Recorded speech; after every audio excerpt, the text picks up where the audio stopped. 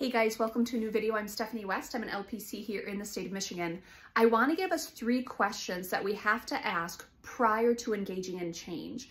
And if we're willing to kind of flesh out these ideas, it's going to be something that helps move you into the change process, hopefully with fewer barriers.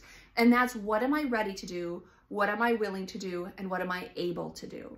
So when we talk about what am I ready to do, maybe something's gone on in your life where there's a change that you're craving, or you're entering a new season and there's just a logical shift.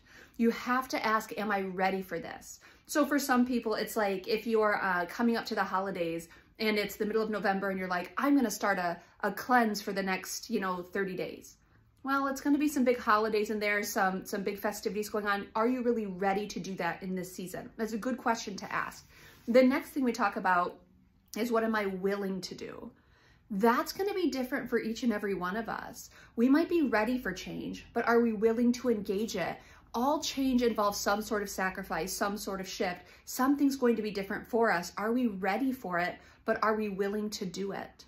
And here's one of the issues we run into. Sometimes in our stories, we're willing to do something and someone else isn't, and there's some conflict or there's some kind of frustration that happens there.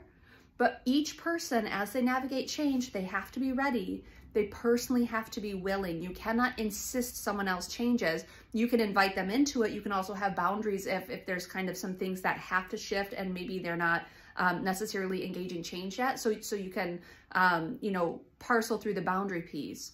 But to be ready and willing, those are 2 important things. The third one is, what am I able to do? Life has seasons. There are going to be some things that might be off limits to us now that in the future makes more sense, right? So if you're in the thick of raising a bunch of little kiddos and you're trying to do a big life overhaul, maybe you're not able to do it right now. It doesn't mean you can't start making intentional shifts, so when the season comes up where it is something that's possible, you're ready to pivot. But you have to ask, what am I ready to do? What am I willing to do? And then what am I actually able to do? Now, when we ask those questions and we notice that there's a reason I'm not ready, there's a reason I'm not willing, there's a reason I'm not able, those are really good things to parcel through and say, hey, is there a barrier that I can start removing here? Is there something that gets me closer to being ready, or closer to being willing, or closer to being able? If we never ask those questions and we just kind of dive into change, a lot of times we're baffled, like, ooh, why didn't that work? Why didn't things go better for me? Well, did we start with asking foundational questions? What am I ready to do? What am I willing to do? What am I able to do? Once we ask those, there's a 4th question, and this is the gift I really want to give you. Where can I start in this change process that I can do something consistently that over time will get me results? Consistency over time is what propels us into new spaces. So maybe you're ready, maybe you're willing, maybe you're able, but maybe you take too big of a bite out of something. You have to ask yourself, what is the thing I will consistently do if I am ready, willing, and able that will shift me towards change, shift me towards what I want to be true going forward? I want to invite you into those 3 questions. What am I ready, willing, and able to do?